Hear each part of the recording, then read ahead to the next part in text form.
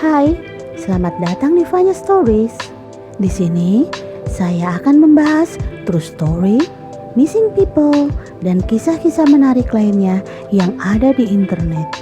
So, let's get to the story. Rebecca Costa lahir pada tanggal 12 Juni 1985.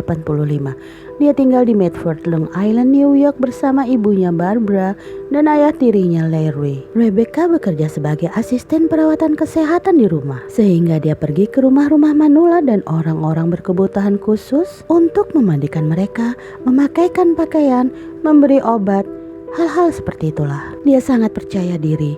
Gadis yang sangat sosial. Sahabatnya Nicole Longa mengatakan dia dicintai semua orang. Ibu Rebecca, Barbara, mengatakan sangat jarang Rebecca mengalami hari yang buruk. Dia gadis yang positif dan murah senyum. Dia juga gadis yang menyenangkan dan penuh kasih sayang. Pamannya mengatakan jika Anda bergaul dengan Rebecca, Anda akan mengalami hari yang baik. Rebecca senang pergi ke bar. Dia suka keluar malam. Dia suka menari. Dia sangat cantik. Dia mendapat banyak perhatian pria, tapi tidak ada yang penting baginya karena dia punya pacar, Dan Meyer, berusia 28 tahun. Mereka telah berpacaran selama beberapa bulan. Pada 3 Desember 2009, Rebecca pergi dengan pacarnya, Dan, sahabatnya Nicole, dan beberapa teman lainnya. Mereka pergi ke dua bar berbeda di daerah Suffolk yang sebenarnya tidak terlalu jauh dari rumahnya. Mereka mengalami malam yang menyenangkan. Sekitar jam 3:30 pagi, semua bar akan tutup. Jadi, mereka memutuskan untuk pulang. Ibu Rebecca, Barbara, bekerja sebagai perawat pada shift malam. Karena itu, temannya memutuskan Rebecca menjadi orang pertama yang diantar, sehingga mereka bisa memastikan Rebecca pulang dengan selamat. Setelah masuk rumah, Rebecca mengirim SMS kepada ibunya hanya untuk memberitahu bahwa dia ada di rumah dan akan tidur. Ibunya selalu mengkhawatirkannya. Dia selalu ingin Rebecca mengirim SMS untuk memberitahu kalau dia sudah pulang. Ibunya menerima SMS ini di tempat kerja, dan itulah terakhir kali dia mendengar kabar dari Rebecca Costa. Ketika Barbara tiba di rumah dari shiftnya keesokan paginya, semuanya tampak normal di rumah itu. Semuanya tampak baik-baik saja. Mobil Rebecca masih berada di jalan masuk. Semuanya masih di tempatnya. Semua barang Rebecca masih ada. Tapi kemana Rebecca? Barbara mencoba menelponnya. Dia mencoba mengirim SMS kepada Rebecca, tapi tidak ada balasan. Berpikir bahwa Rebecca mungkin hanya menghabiskan malam di rumah pacarnya atau salah satu temannya. Dia memutuskan untuk tidur, seperti yang biasa dia lakukan ketika dia pulang dari shift malam. Namun ketika dia bangun beberapa jam kemudian dan masih belum ada balasan atas SMS atau teleponnya, Barbara mulai merasa sangat khawatir. Dia bergegas ke kamar Rebecca dan menyadari bahwa seragam kerjanya masih ada di sana, dan begitu pula buku sakunya. Dia sadar Rebecca tidak pulang untuk berganti pakaian atau mengambil peralatan kerjanya. Artinya Rebecca tidak kerja hari itu, yang sama sekali tidak seperti Rebecca. Jadi Barbara menelpon pacar Rebecca, Dan. Barbara bertanya, apakah Rebecca ada di sana bersamanya atau apakah dia tahu di mana Rebecca berada? Dan berkata, "Oh tidak, aku mengantarnya tadi malam jam 3:30. Saya pikir dia SMS Anda." Barbara tidak membuang waktu. Dia segera menghubungi polisi dan melaporkan Rebecca Costa sebagai orang hilang. Polisi segera bertindak dan mewawancarai semua orang yang terakhir melihatnya, yaitu pacarnya, sahabatnya Nicole, dan teman-temannya yang pergi bersama Rebecca malam itu. Tapi mereka semua mengatakan hal yang sama. Terakhir kali mereka melihat Rebecca adalah ketika mereka mengantarnya sekitar jam 3:30 pagi. Dan mereka tidak melihat atau mendengar kabar tentang Rebecca sejak itu. Sementara polisi menyelidiki teman-temannya, keluarga memutuskan untuk mencari Rebecca. Mereka semua berpisah menjadi beberapa tim dan pergi ke semua tempat yang sering dikunjungi Rebecca. Tempat dia berjalan-jalan, tempat makan favoritnya. Beberapa anggota keluarga bahkan tinggal di rumah, membuat dan mencetak poster orang hilang. Mereka berkeliling mengetuk semua pintu di daerah itu sambil membagikan poster, menanyakan siapapun apakah mereka pernah melihat Rebecca. Tapi hasilnya nihil. Mereka berharap mungkin Rebecca pergi ke suatu tempat untuk bertemu dengan seseorang, kemudian dia akan pulang sendiri. Keluarga menemukan layanan pelacak telepon secara online dan mereka mencoba melacak telepon Rebecca, tetapi teleponnya mati. Polisi pergi ke bar itu. Mereka mewawancarai beberapa staf dan mengumpulkan beberapa rekaman CCTV di malam itu. Polisi melihat Rebecca di rekaman CCTV. Dia menari, bersenang-senang, minum dengan teman-temannya seperti yang mereka harapkan. Namun, ada satu bagian dari rekaman CCTV yang menarik perhatian polisi. Ada saat di mana Rebecca pergi ke meja bartender dan memesan minuman. Dia sendirian. Dia meninggalkan semua temannya di tempat mereka duduk. Pada saat itulah Rebecca berbicara dengan seorang pria. Mereka agak menggoda secara visual dan pada satu titik Rebecca memberikan pria ini teleponnya. Pria ini mengetik sesuatu kemudian mengembalikannya kepada Rebecca. Jadi polisi menyimpulkan pria ini mungkin memasukkan nomornya ke telepon Rebecca dan ini membuka jalur pencarian baru. Siapa pria ini? Apa yang dia katakan kepada Rebecca? Apakah mereka mungkin berencana untuk bertemu? Polisi bertanya kepada teman-teman Rebecca dan pacarnya, serta staf bar. Apakah mereka tahu siapa pria ini? Polisi menunjukkan rekaman CCTV. Tetapi tidak satu pun dari mereka pernah melihat pria ini sebelumnya. 3 hari dalam pencarian, Barbara menerima sebuah SMS. Dan itu dari Rebecca. Dalam SMS, Rebecca mengklaim dia sedang ditahan oleh pacarnya. Dia mengatakan dia tidak tahu di mana dia berada. Dia takut dan dia membutuhkan bantuan. Barbara seketika panik. Dia mencoba menelpon Rebecca di teleponnya karena mengetahui bahwa Rebecca sedang menggunakan teleponnya. Namun Rebecca tidak menjawab. Barbara kemudian memutuskan untuk menelpon 911 secepatnya. Kemudian dia menelpon hampir ke semua orang yang keluar mencari Rebecca untuk langsung menuju ke rumah Dan Meyer sehingga mereka semua pergi ke sana. Tetapi polisi sudah berada di rumah Dan Meyer dan sedang menginterogasinya. Polisi juga menggeledah rumahnya, menggeledah ruang bawah tanahnya, kamar tidurnya, dan lemari pakaiannya. Tapi tidak ada tanda-tanda Rebecca. Meskipun polisi belum yakin bahwa dia tidak bersalah, tapi bagaimanapun juga, dia adalah salah satu orang terakhir yang melihat Rebecca hidup malam itu, berpotensi menjadi yang terakhir. Mungkin Dan cemburu malam itu.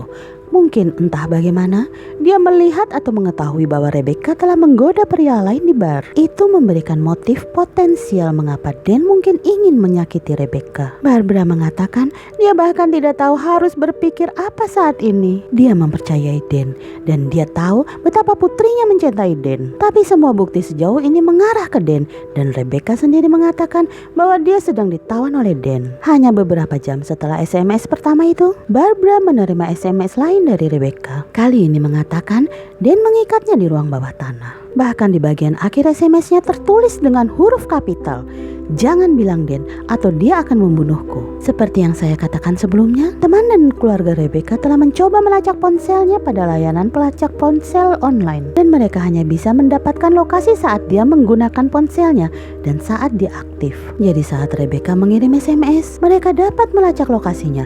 Mereka menemukan itu sekitar 20 mil jauhnya di tempat yang disebut Cormac di New York. Barbara segera pergi ke sana sambil berpikir Rebecca sedang ditahan di sana. Namun layanan pencari lokasi semacam ini tidak memberikan lokasi secara tepat, hanya semacam area umum. Jadi ketika mereka sampai di sana, mereka tidak tahu apa yang harus dilakukan. Mereka hanya berkeliling dan membagikan poster, menanyakan apakah ada yang melihat Rebecca. Mereka berlarian di jalanan, meneriakkan nama Rebecca, tetapi akhirnya mereka tidak mendapatkan apa-apa. Tapi keluarganya mulai berpikir positif. Tunggu, Rebecca adalah gadis yang sangat cerdas. Jika dia memiliki akses ke teleponnya, mengapa dia menggunakannya untuk mengirim SMS ke ibunya dan tidak menelpon 911 dan menyelamatkan dirinya sendiri?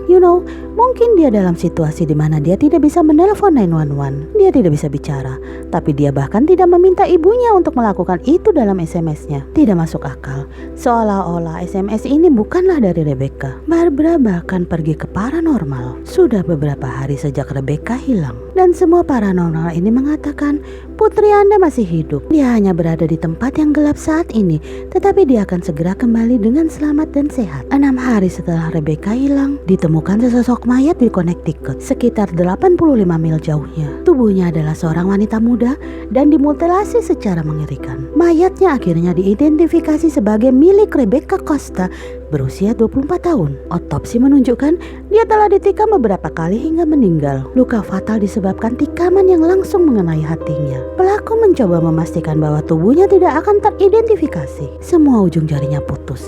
jari kakinya juga. Pelaku bahkan telah memotong kulitnya di mana dia memiliki tato. Tentu saja, tattoo adalah hal yang sangat penting untuk dapat mengidentifikasi tubuh yang tidak dapat diidentifikasi. Tetapi yang terburuk dari semuanya, pelaku bahkan mencoba memotong seluruh wajahnya, hidungnya, telinganya, apapun yang bisa diidentifikasi tentang wajahnya. Apapun yang tersisa dari tubuhnya kemudian dibungkus dengan selimut dan dimasukkan ke kantong plastik dan dibuang ke lapangan di sisi jalan raya di Connecticut. Menyiram mayatnya dengan cairan yang mudah terbakar dan membakarnya. Itu adalah langkah terakhir bagi pelaku untuk memastikan bahwa tidak ada satupun dari tubuhnya yang dapat diidentifikasi. Tidak ada sidik jari, tidak ada DNA yang tersisa di Rebecca. Namun ada satu hal yang dilupakan si pelaku. Itu adalah giginya. Catatan giginya adalah hal yang pada akhirnya bisa mengidentifikasi. Segera setelah mayatnya ditemukan, semua teman dan keluarganya hanya berasumsi bahwa pelakunya adalah Dan Meyer. Mereka berpikir Dan akan ditangkap, tetapi polisi mengesampingkan Dan sebagai tersangka. Mereka mengatakan ini bukan Dan Meyer, dia sama sekali tidak bersalah. Polisi sebenarnya sudah mencari tersangka sebenarnya. Mereka menghubungi perusahaan jaringan telepon Rebecca. Polisi tidak dapat menemukan teleponnya, tetapi mereka dapat menghubungi jaringannya dan meminta untuk melihat catatan teleponnya. Polisi menemukan setelah Rebecca diantar ke rumahnya malam itu oleh teman-temannya dan Dan, setelah dia mengirim SMS kepada ibunya, Rebecca menerima 2 panggilan telepon. Salah satu panggilan telepon berdurasi lebih dari 17 menit. Jadi Rebecca menghabiskan beberapa saat berbicara dengan orang ini dan polisi dapat melacaknya. Polisi menemukan nomor telepon ini milik seorang pria berusia 33 tahun bernama Evan Gantier. Ini adalah pria yang terlihat memberikan nomornya untuk Rebecca di CCTV di bar malam itu. Jadi polisi segera menangkap Evan Gantier dan mereka membawanya untuk diinterogasi. Tapi dia menyangkal semuanya.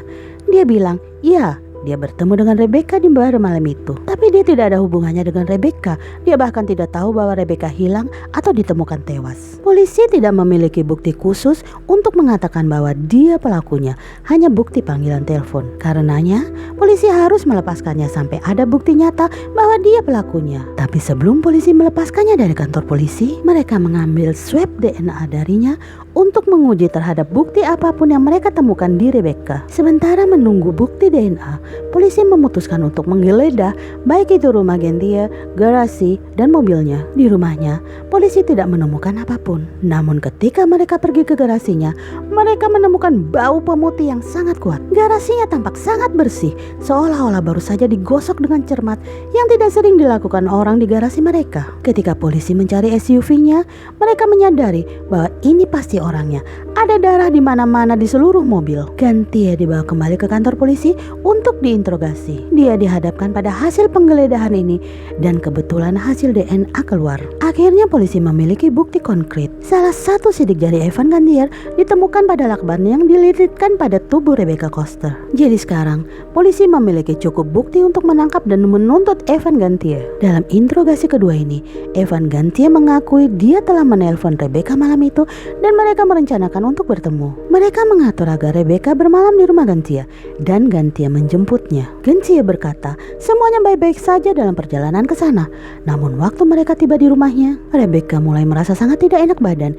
Dia batuk, dia muntah. Gantier berkata Rebecca masih memakai sepatu hak tingginya dan dia tersandung salah satu beban olahraga di garasinya. Rebecca membungkuk untuk mencoba berdiri, tetapi dia malah jatuh tak sadarkan diri. Evans Gantier dengan cepat menyimpulkan Rebecca Costa telah mati dan dia mulai panik pada saat itu. Dia berpikir satu-satunya pilihan adalah memutilasi tubuh Rebecca sehingga dia tidak akan pernah bisa diidentifikasi dan membuang tubuhnya. Gantier bilang dia pergi ke pelabuhan feri di dekat tempat dia tinggal di Long Island dan naik feri sampai ke Connecticut. Setelah kembali ke rumah, dia membersihkan garasinya, singkirkan semua bukti yang dia bisa. Tapi tentu saja, polisi tidak terlalu mempercayai cerita ini. Polisi tidak percaya itu adalah kecelakaan. Karena Gantier terlihat di rekaman CCTV feri hanya berjalan-jalan, seolah-olah tidak ada mayat di belakang mobilnya. Dia sama sekali tidak tampak panik. Ini seperti direncanakan sampai tingkat tertentu. Polisi berteori, Evans Gantier melenyapkan Rebecca Costa di dalam mobilnya. Karena ada begitu banyak darah di sana dan tampaknya menggenang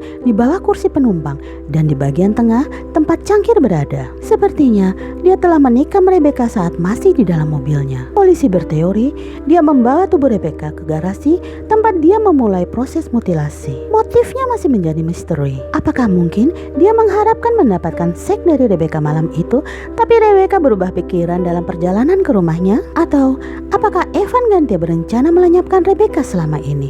Itulah sebabnya dia memberikan nomornya di klub malam itu. Itu menjelaskan mengapa dia tahu apa yang akan dia lakukan selangkah demi selangkah. Sepertinya dia melakukan semua ini dengan relatif cerdas. Iya, dia memang tertangkap, tetapi dia memikirkan banyak hal dalam prosesnya.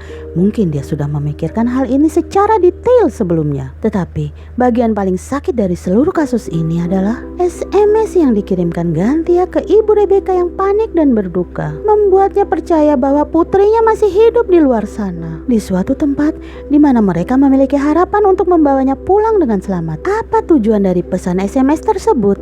Mengapa dia harus melakukan itu? Evans Gantia dinyatakan bersalah atas pembunuhan tingkat kedua dan dijatuhi hukuman penjara seumur hidup dengan minimal 25 tahun penjara. Dia akan memenuhi syarat untuk pembebasan bersyarat sekitar 15 tahun pada tahun 2035. Ibu Rebecca sejak itu berkampanye untuk anak muda untuk berpikir dua kali sebelum mempercayai orang asing atau one night stand. Thanks for joining. Jika Anda suka, jangan lupa untuk subscribe, like, dan share ke teman-teman. Sampai jumpa di cerita berikutnya. Bye-bye.